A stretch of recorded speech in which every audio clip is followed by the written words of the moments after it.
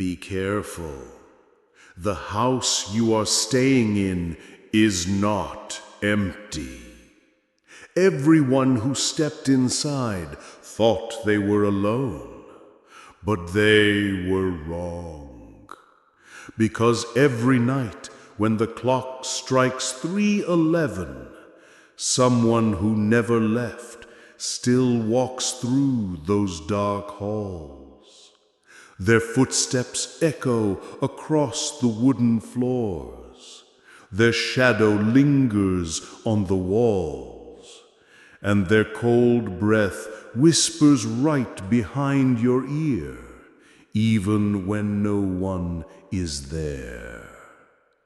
You can lock every window, you can bolt every door, but you cannot stop what's already inside. Because the truth is, they've been waiting for you.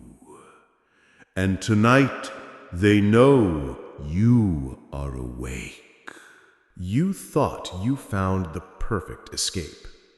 A quiet house, away from the noise of the city. Cheap rent, wide rooms, silent nights. It almost felt too good to be true. And maybe it was. Because the very first moment you stepped inside, you felt it. That sudden chill crawling across your skin. That strange heaviness in the air pressing against your chest. Like the house itself was breathing, watching, waiting. The walls looked old, worn with cracks, as if they had been listening for far too long. The paint peeled in strange shapes, like faces screaming silently. And the smell, a mixture of damp wood and rust. A smell that clings to your clothes, as if it doesn't want you to forget where you are. But you ignored it. You told yourself it was just an old house. Every creak in the floor, every groan in the walls, you blamed it on the wind, on age, on imagination. Until night fell. That first night, you lay in bed, staring at the ceiling. The silence of the house was almost deafening. No traffic, no voices, no dogs barking, only the sound of your heartbeat and the slow ticking of the clock. And then it began. A single creak from the hallway, soft but clear, as if someone was stepping carefully, slowly, right outside your door. You froze, held your breath, listened. Another creak. Closer. The door handle rattled. Once, twice, and then silence. You wanted to believe it was nothing, but then from the corner of the room came a faint whisper. So faint you thought you were imagining it. Don't lock that door. Your eyes darted across the darkness. The room was empty, but the air felt heavier, colder, like something unseen was standing right beside you, leaning closer. And then the clock struck 3:11 a.m. The window creaked open on its own. A gust of freezing air swept in. The curtains lifted, and you heard it. Footsteps, moving across the wooden floorboards downstairs. Slow, deliberate. One step, another, and another. Not rushing, not hiding, as if whoever it was knew you could hear them. Your breath caught in your throat. You told yourself, it's the wind, it's the house. But deep inside, you already knew the house was not empty. Because when you finally gathered the courage to peek through the darkness, you saw it. A shadow. Not yours, not from the trees outside, but a figure standing at the bottom of the stairs. Motionless, silent, watching. And then, just before it faded into the dark, you heard it whisper again. I never left. Morning came, but the silence of the night did not leave. The house looked different in the daylight, yet somehow even worse. Dust floated lazily through the shafts of sunlight that crept in through the curtains. But instead of comfort, there was something suffocating in that stillness, as if the light itself was struggling to break through.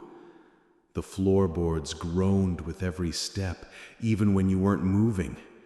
Sometimes you swore you heard footsteps behind you, but when you turned, nothing.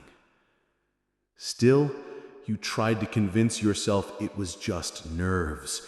It had to be. You went into the kitchen. The smell of damp wood lingered stronger there. The wallpaper was peeling in long strips, curling at the ends like dried skin. When you leaned closer, you noticed something underneath. Scratches, dozens of them, etched deep into the wall. Not random. They formed words. I never left. You froze, your heart pounding in your chest. The letters were jagged, carved as if someone had dragged their nails desperately, violently, until the wall itself bled plaster. Suddenly, a sound. A faint tap, tap, tap from upstairs, slow, rhythmic, almost like knocking. You climbed the stairs cautiously, each step echoing louder than it should. The air grew colder with every step. The smell of rust followed you. You reached the top floor.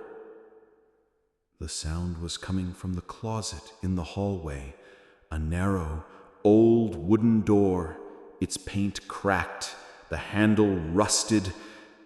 You stood there, staring. The tapping stopped. Silence. And then, bang! A single, violent strike from inside the closet, so hard the door rattled against the frame. You stumbled back, your breath shallow, hands trembling. You reached for the handle, slowly turned it. The door creaked open. Darkness. Only hanging coats, stiff with dust, nothing else. But when you leaned closer, a smell hit you. Rot, decay, the smell of something that had been locked away for too long. You shut the door quickly, tried to push the thought away. But then, later that day, you went outside. The neighbors were watching you, not with curiosity, with fear. An old woman across the street lowered her eyes the moment yours met hers. Another man quickly shut his curtains as soon as you looked his way. Every person seemed to know something they refused to say. Finally, one of them spoke. A frail man with hollow eyes. His voice cracked as he whispered across the fence, "You shouldn't be there. He doesn't like visitors." Before you could ask, he turned away, his hands trembling as he shut his door, locking it, bolting it, as if even speaking to you had invited danger into his home. You stood there, alone, in silence. And when you turned back toward the house, you saw it. In the upstairs window, the faint outline of a figure standing still, watching you. But when you blinked, it was gone. That night, the clock struck 3:11 a.m. again, and the footsteps returned, louder, heavier. This time, they stopped right outside your door. The handle turned slowly, back and forth, and then from the closet came a faint, chilling whisper, "Don't lock that door." That night, you tried to sleep. You told yourself you wouldn't listen, you wouldn't care about the footsteps. You wouldn't think about the scratches in the wall or the words etched into the paint. But the house, it never lets you rest. The dreams began, vivid, distorted. You opened your eyes in the dream only to find yourself still in your bed. But the room was wrong. The walls were closer, breathing in and out, as if the house itself was alive. The ceiling stretched higher, shadows crawling across it like insects. And there, at the corner of the room, a figure stood, tall, still, shrouded in black. You couldn't see its face, only the faint glimmer of teeth smiling. Its head tilted slowly, unnaturally, until the neck cracked. And then it whispered your name. You woke up, gasping, but the whisper didn't stop. It was still there. Only this time, it wasn't in your dream. It was inside your room. You sat up slowly, scanning the dark. Your reflection in the mirror across the room caught your attention. At first, it looked normal, but then your reflection blinked a second too late. Your blood ran cold. Your reflection began to smile, even though your face did not. Its mouth opened wider, wider, until it stretched impossibly, tearing across its face, and from that torn mouth came a voice that wasn't yours. "You don't belong here." The mirror cracked. The sound rang sharp in the silence. You stumbled back, heart racing, staring at the shattered glass, and for a moment you saw dozens of faces reflected in each broken shard. Not your own, different. Men, women, children, all pale, all staring, all trapped. You shut your eyes, told yourself it wasn't real, but then the floor creaked. Footsteps again, slow, heavy, deliberate. From downstairs, one step, another, and another. This time, you didn't just hear them, you felt them. Each step vibrated through the wooden floor. closer, closer, until they reached the stairs, and then the sound of something climbing. You wanted to move, to run, to scream, but your body froze. The doorknob rattled, softly at first, then harder and harder, until it shook violently. Then silence, total silence. You leaned closer, your ear almost against the wood, and that's when you heard it breathing, slow, right outside your door, deep and heavy, as if something was standing there inches away. And then, scratch! A long, jagged claw dragged itself across the door. Once, twice, again and again, until the wood splintered beneath it. You stumbled back, covering your mouth to keep from screaming. The scratching stopped, and then a child's laughter, soft, echoing, right inside your ear. But when you turned, there was nothing.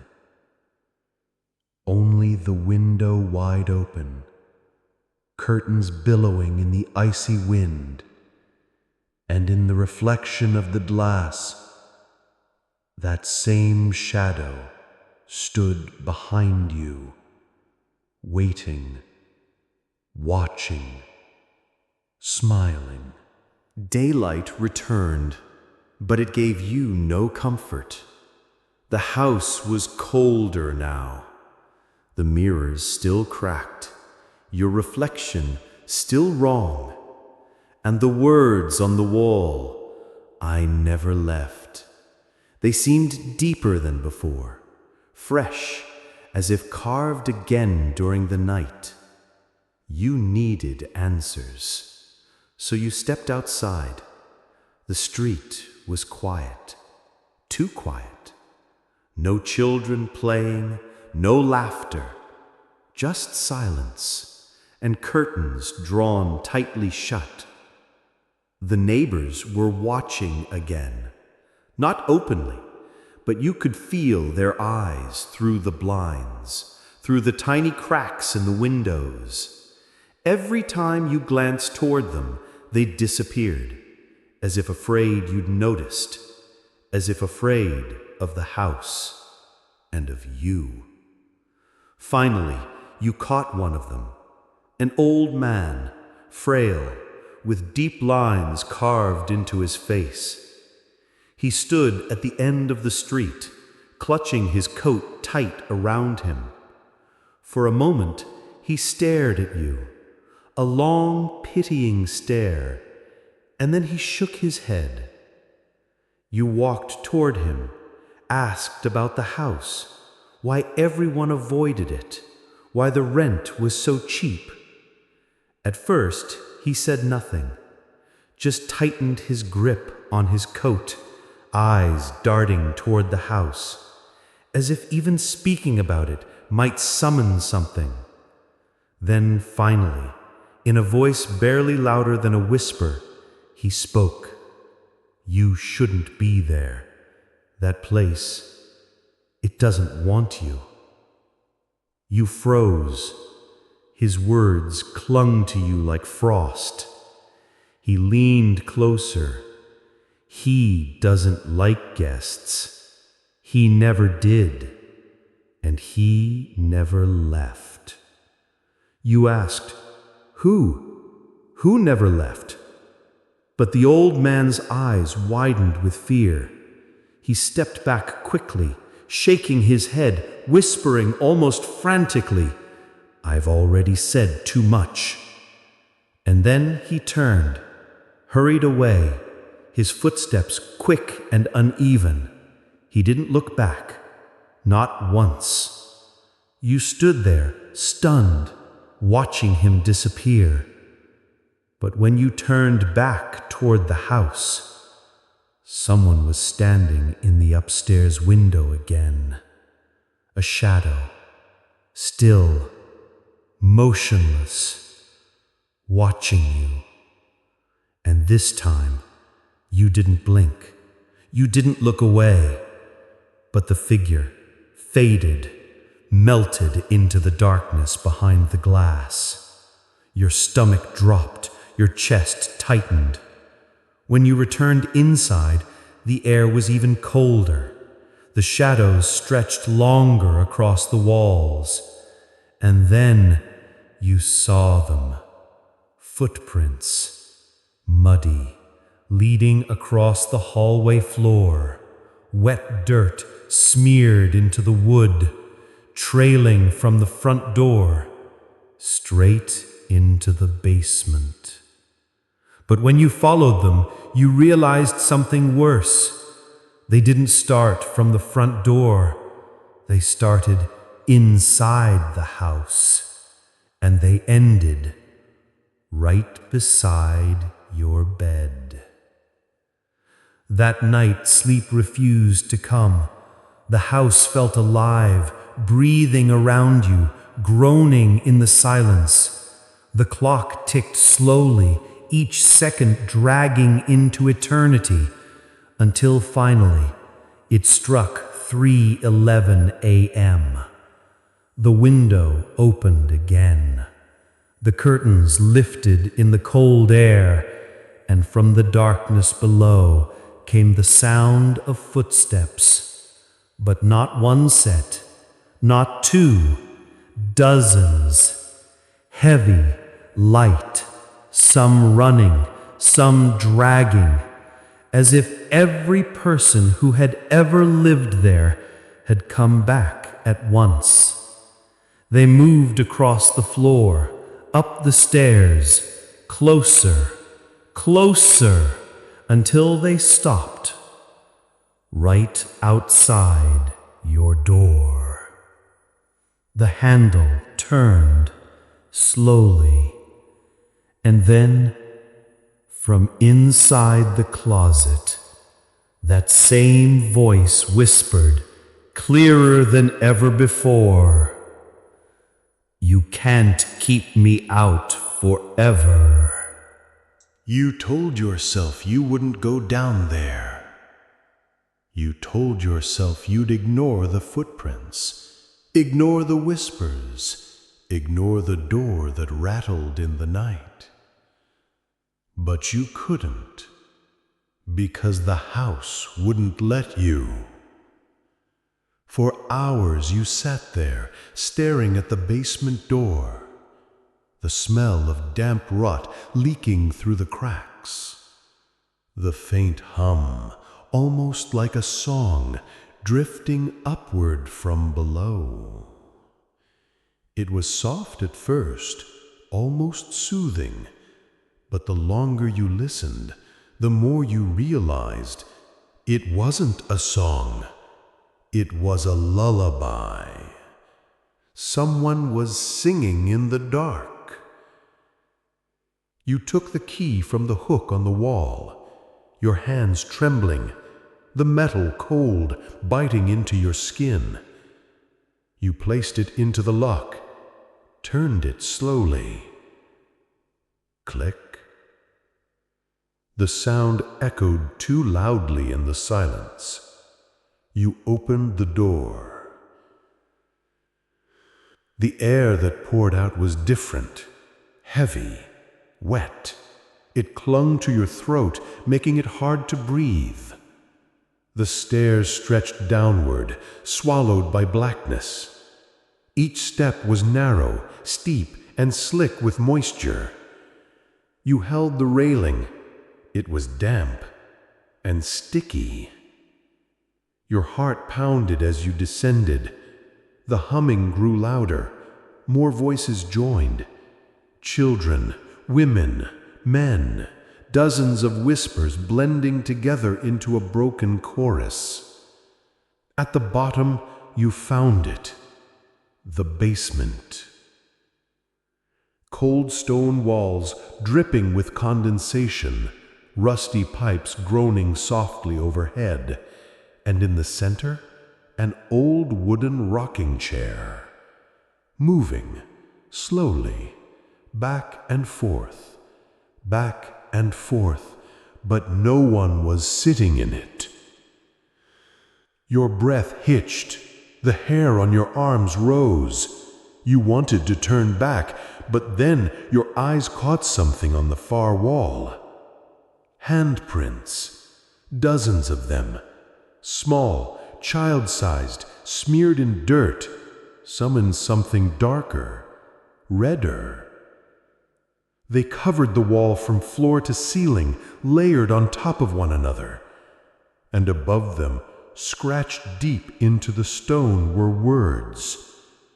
Don't let him out. The humming stopped. Silence swallowed the room. And then, a thud. From behind another door, a small wooden door at the very back of the basement. It was bolted shut from the outside, rusty chains wrapped around it, but it shook violently as if something inside was pushing. Thud, thud. The chains rattled, the wood cracking.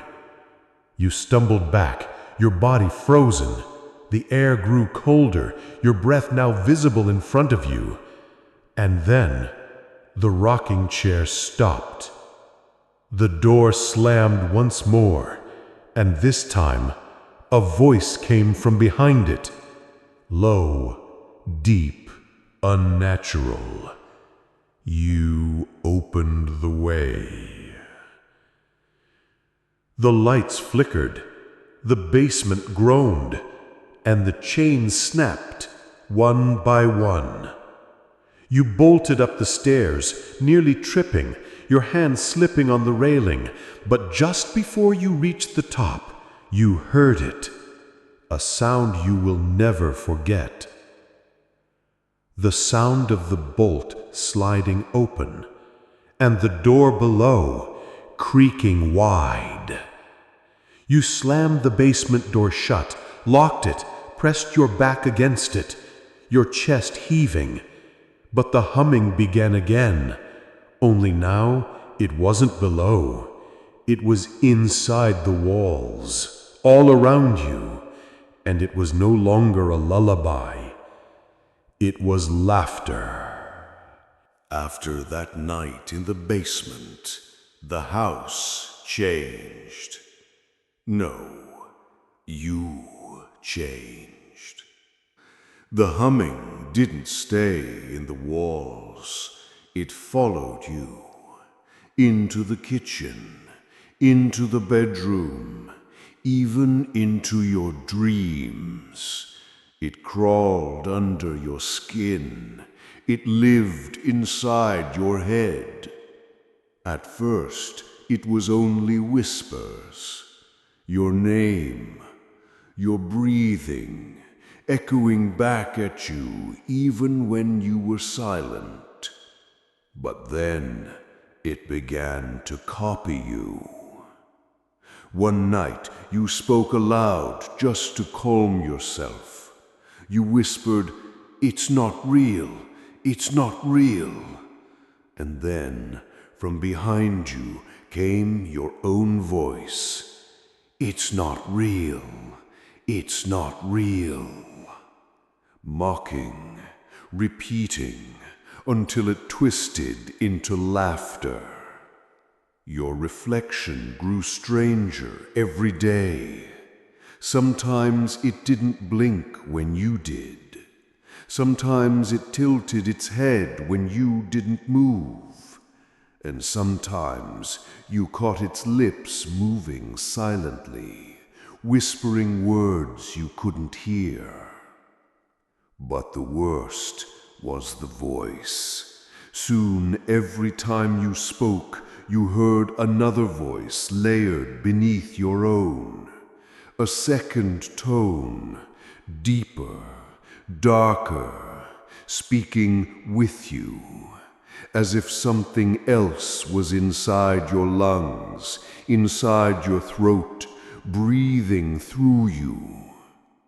And you felt it. At night, as you lay in bed, your chest heavy, your arms numb, you felt hands pressing down on you, invisible but strong, holding you still, pinning you, forcing the air from your lungs until you thought you would die. Then, in that moment between waking and sleep, your vision blurred, and you saw them, the faces, dozens of pale, hollow eyes staring from the corners of the room, men, women, children, all with mouths sewn shut, all watching. But one face was different. The man, the one who never left, he was closer, always closer, standing at the foot of your bed, leaning over you, smiling. And then you woke up, standing in the kitchen, your hands trembling, your clothes damp with mud, and in your right hand a knife, the blade cold, the handle slick with dirt, your fingers locked around it so tightly they ached. You stared at it in horror. You didn't remember picking it up. You didn't remember walking downstairs. You didn't remember opening the back door. But the mud told you the truth. You had been outside, walking, moving, under someone else's control. And when you glanced at the window above the sink, you didn't see your own reflection staring back. You saw him, the man, standing in your place, grinning, his lips moving silently, until finally the words pressed into your mind. It's almost time. The nights grew longer, the whispers louder, the house heavier. You no longer asked yourself if it was real. You knew it was. But what you didn't know was why. That answer came when you returned to the basement, not by choice. You swore you would never step down those stairs again, but the house, it has a way of pulling you where it wants you. The humming began again, only this time it wasn't a lullaby, it was crying. Low, broken sobs, dozens of voices, men, women, children, calling out from below. Your feet moved without you, down the stairs, step by step, until you stood in the cold, wet dark once more. The door that had been bolted shut before was wide open now. Inside was not another room, it was a passage. Narrow, low, carved crudely into the earth itself. The walls smeared with dirt, blood, and something darker. You followed it, each breath shallow, each step heavier, until the passage opened into a chamber, and that's when you saw them. The walls. They weren't just walls, they were bodies, fused into the earth. Men, women, children, their faces pressed against the dirt, their mouths sewn shut, their eyes wide with eternal horror, their hands clawing at the stone, frozen in desperation, their lips trembling, whispers leaking through the stitches. Help us. He won't let us go. We never left. Your stomach churned, your skin crawled. Every instinct told you to run, but your legs betrayed you. Because in the center of the chamber stood him, the man, tall, hollow-eyed, skin stretched too tight across his face, a smile carved too wide.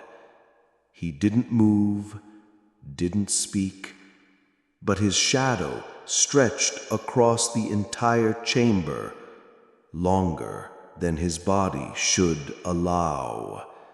It reached toward you, wrapped around your feet, and then he spoke, not with his mouth, but with your voice. Do you see it now? This house is not mine, it is me. You stumbled back, shaking your head, denying it, but the truth pressed harder, flooding into your skull. He was not haunting the house, he was the house. Every wall, every floorboard, every shadow, every whisper. They all stayed, he whispered through your lips. They all joined me, and now you will too. The walls moaned. The bodies inside began to writhe, their sewn mouths tearing open, blood spilling down their chins. Their screams filled the chamber, screams of agony, screams of rage, screams begging for release. But their eyes, they weren't on him, they were on you, as if begging you to take their place. You turned, tried to run, but the passage closed. The walls shifted. The chamber swallowed itself, leaving you trapped. The man moved now, slowly, step by step, until he stood inches from you. His breath was ice, his grin endless, and his voice, your voice, echoed inside your head. One more soul, that's all I need. Then I will be free. You thought you could leave. You thought escape was still possible.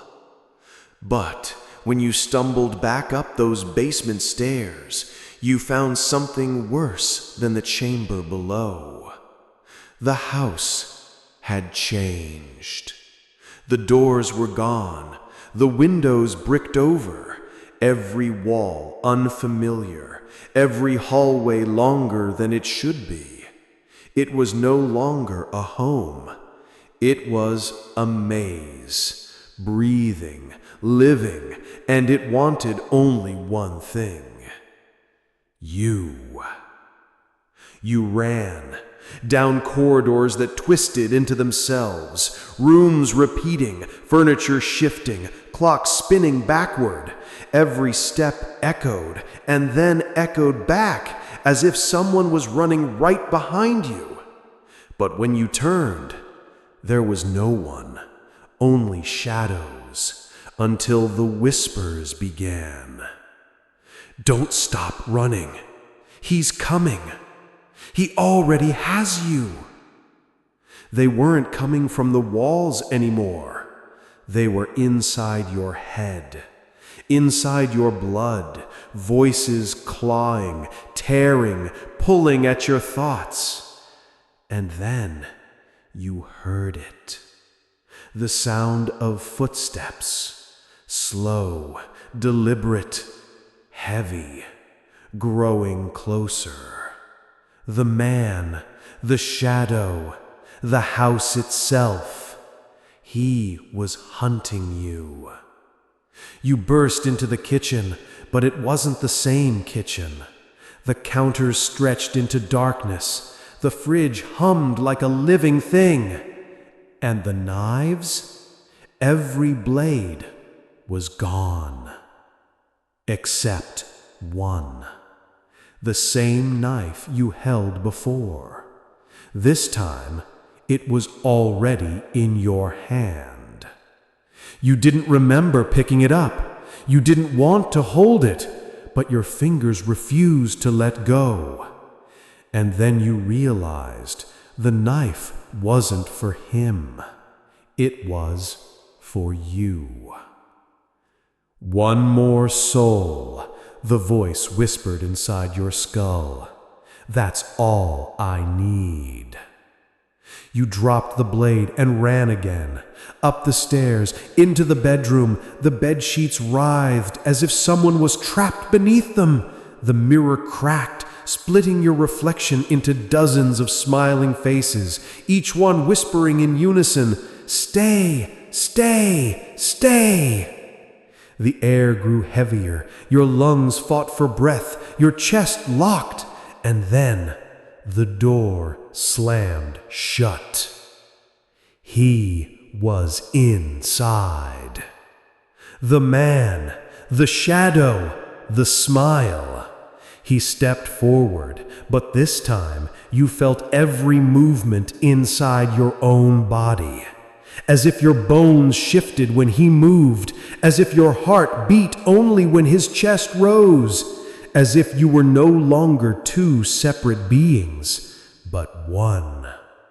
And then you understood. You were never meant to escape. You were meant to replace. The souls in the walls weren't victims, they were placeholders. Bound here until the house could find a stronger one, a final one. You. The walls shook, the ceiling cracked, the whispers grew into screams, the entire house collapsing, folding, twisting into darkness. And in the center of it all, you stood. The man's hand on your shoulder, his smile merging with yours in the mirror. Your lips moving, but the words weren't your own. It's time. And as the mirror shattered, you didn't see him anymore. You only saw yourself, smiling, eyes hollow, voice deeper. The house was gone.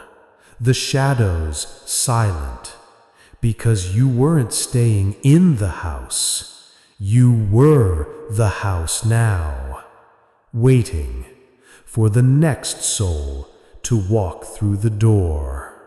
Do you remember what I told you in the beginning?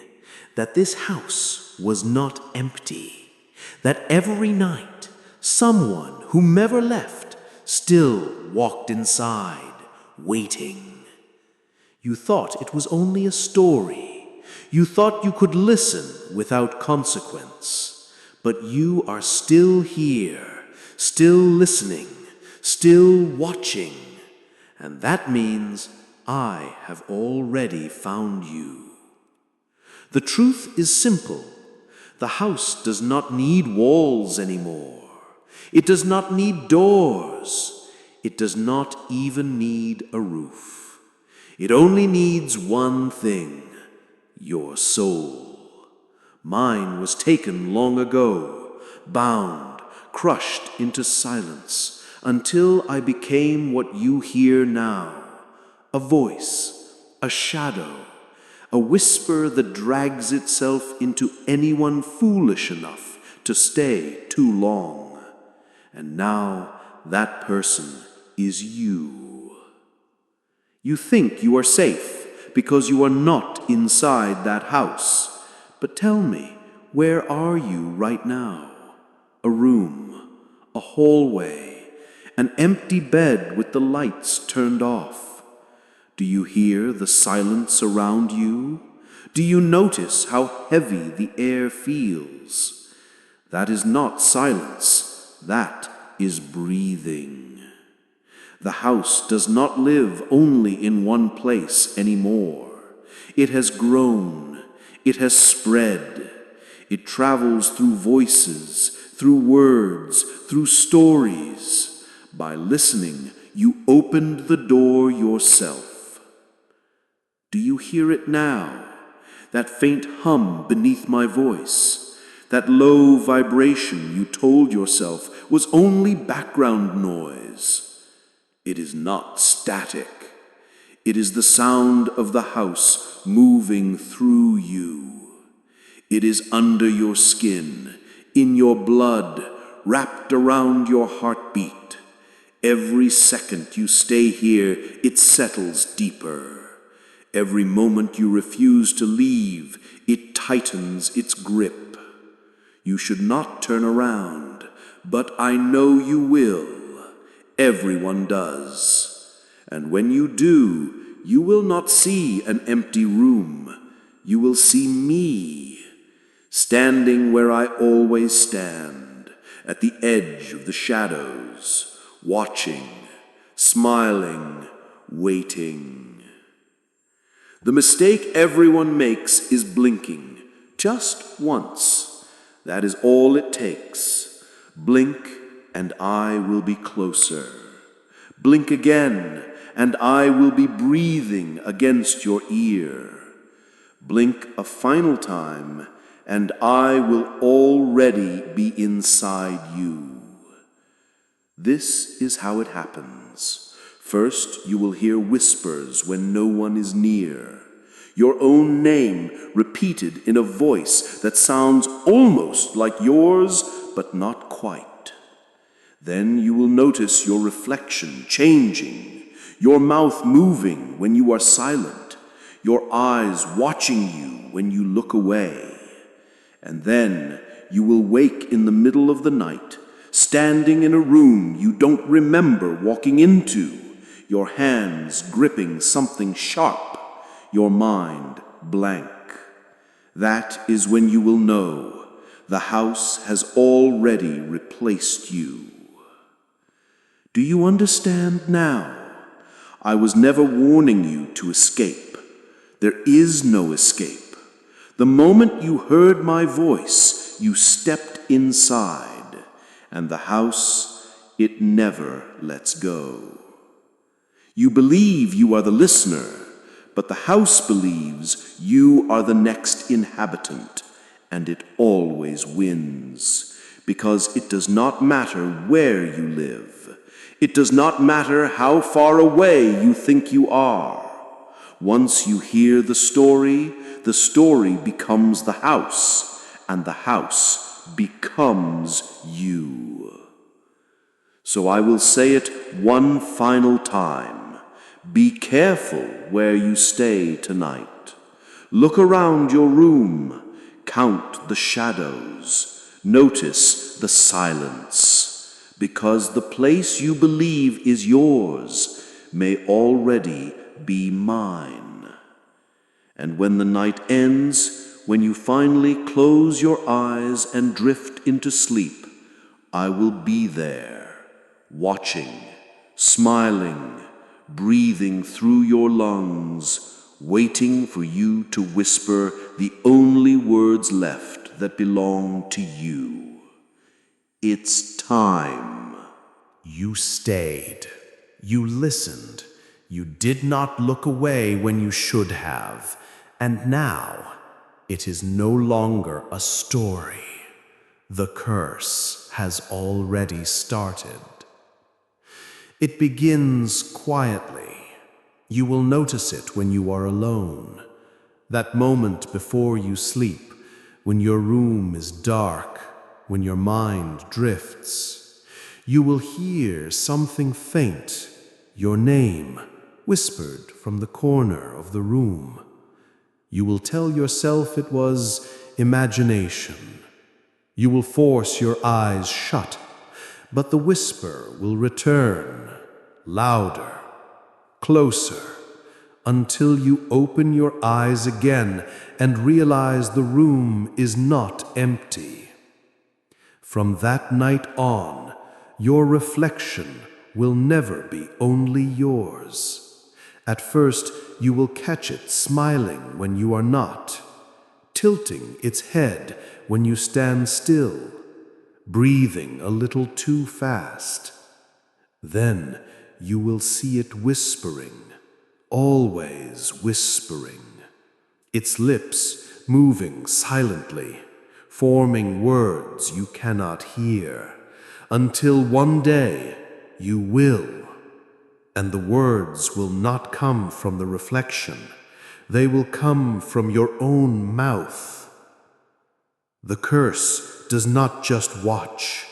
It takes, slowly, piece by piece, until there is nothing left of you. First, it steals your voice. You will try to speak, and another tone will layer beneath your words. A second voice, deeper, darker, dragging through your throat. You will cough, choke, scream, but the sound will not be yours anymore. Then it will take your dreams. You will wake standing, hands dirty, nails cracked, holding objects you do not remember touching. A knife, a rope, a broken mirror shard. Each time you will swear you did nothing. Each time you will be lying to yourself. Because every action is his. Every step, every breath, every word, he moves through you now. You are only a shell, a doorway, a vessel for the house to feed through. And when the hunger grows stronger, when it can no longer be contained, the curse will take your soul. It will pull it from your body slowly, painfully, stretching you thin across the walls of the house, and you will not die. No, death is a gift. Instead, you will remain sewn into silence, trapped in the wood, in the stone, in the shadows. You will be one of them, the faces pressed against the walls, the hands clawing at the earth, the whispers calling for help that never comes. But the worst part is not being trapped. The worst part is watching. Watching the next soul walk through the door. Watching them repeat every mistake you made. Watching them scream as they join you. Until the house has enough. Until the cycle continues. And now, it is your turn. You thought this story would end. You thought this curse had a conclusion. But you are wrong. The curse is endless. The house never empties. And once it chooses you, it will never release you.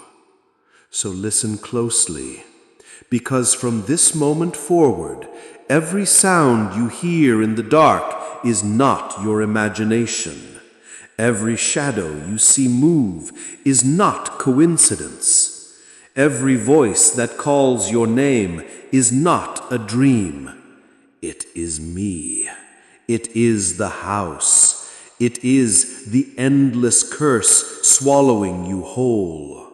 And one day, very soon, when you are alone, when you close your eyes and whisper to yourself that it was just a story, you will hear your own voice answer back, not in your tone, not in your breath, but in mine. It's time. You still believe you're listening to me. You still believe this voice is separate from yours. But the truth has already changed. You don't hear me anymore. You hear yourself. The shift was slow, so slow you didn't notice when it began. The first time you repeated a word after me. The first time your lips moved when mine did. The first time your throat tightened when I spoke.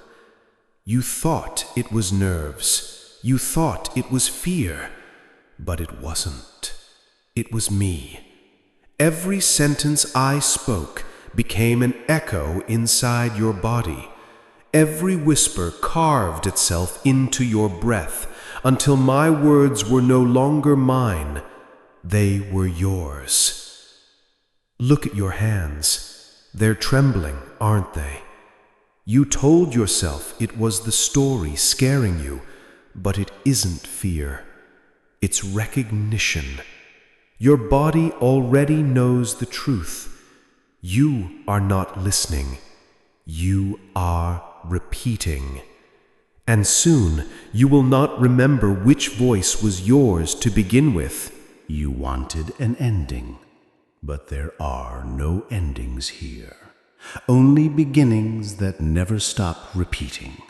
Only doors that close and open again in darker rooms.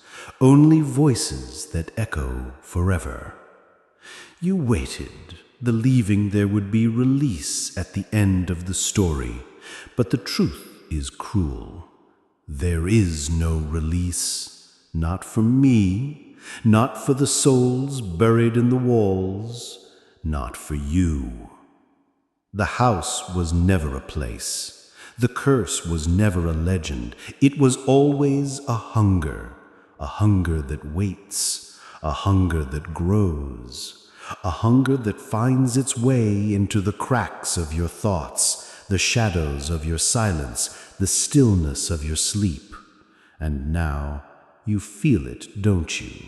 The heaviness in your chest, the weight in your breath, the voice inside your head that doesn't sound like yours anymore. You told yourself it was only fear, only imagination, but it isn't. It is me. Do you remember the whispers? You thought they came from the walls, but now they come from under your skin. You thought they belonged to the house, but now they belong to you, because you are not listening to my story anymore. You are listening to your own. Your reflection will prove it. Tonight, tomorrow, every night after, you will stare into your mirror and see it. Your lips moving without sound, your smile holding too long, your eyes looking back at you as if they don't belong. And when you look away, when you run from the glass, you will hear the faintest whisper behind you. It's time. You cannot silence it, you cannot fight it, because you are not the victim anymore. You are the replacement. Every soul before you fought, every soul before you screamed, every soul before you begged for escape. None of them escaped, none of them left. They are still here, and now you are one of them. But you are not trapped in walls, you are not sewn into the house. Your fate is worse. Because I do not live only in one place anymore. I live in you. Your voice is mine. Your thoughts are mine. Your future is mine. You thought this would end when the story ended. You thought turning away, closing your eyes, leaving the room would save you. But the curse does not stop with silence. The curse is silence. It waits for it. It feeds in it. And when the silence comes tonight, when you lie in bed and close your eyes, I will be there, crawling through every crack in your body, filling every empty space, until you are nothing but me. You will wake tomorrow, but it won't be you. Your family will notice. Your friends will notice. They will hear something wrong in your voice, something hollow in your laughter, something too wide in your smile. They won't tell you, but they will step back. They will fear you, and they should.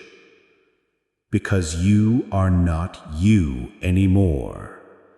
You are the house. You are the curse. You are the voice that never leaves. And soon you will tell this story again to someone who thinks they are safe, to someone who thinks they are only listening. And when they stay too long, when they let the words sink into their skin, they will take your place. The cycle will continue forever. There is no escape, no ending, no mercy. Only me, only you, only us. The forever curse. And now it is yours.